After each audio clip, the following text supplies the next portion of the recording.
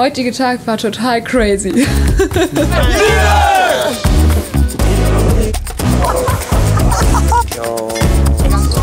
Durch den Videodreh wurde quasi einmal die Filiale auf den Kopf gestellt.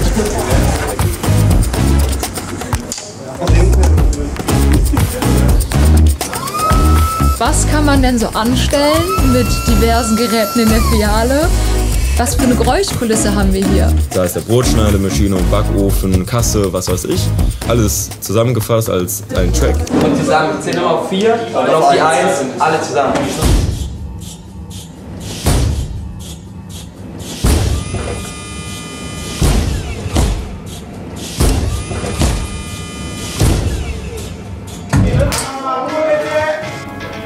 An den Wellen vom Sehen, hier ist ein Signal. Und besonders finde ich, dieser Tag hat das Team nochmal super eng zusammengeschweißt. Und Lidl ist halt klar Einzelhändler, aber Einzelhändler hört sich immer so stupide an, ein bisschen langweilig, und das ist halt genau das Gegenteil.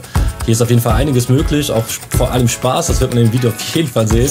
Und wir sind auf jeden Fall immer für den Lacher zu haben. Wir bauen für den Drummer Ein Lidl-Schlagzeug. ein Lidl-Schlagzeug, genau. Das Lidl-Produkt. Great. It's amazing.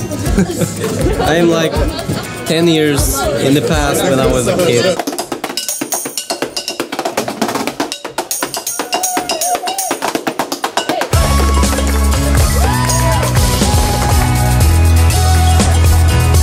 Was die Zukunft bringt, weiß ich nicht. Aber was ich weiß, dass Lebensmittel, die werden wir immer brauchen. Und dadurch, dass Lidl so groß ist, ich habe halt extreme Chancen, einfach zu sagen, wenn ich weiterkommen will, dann kann ich das auch. Also mir sind da erstmal keine Grenzen aufgesetzt.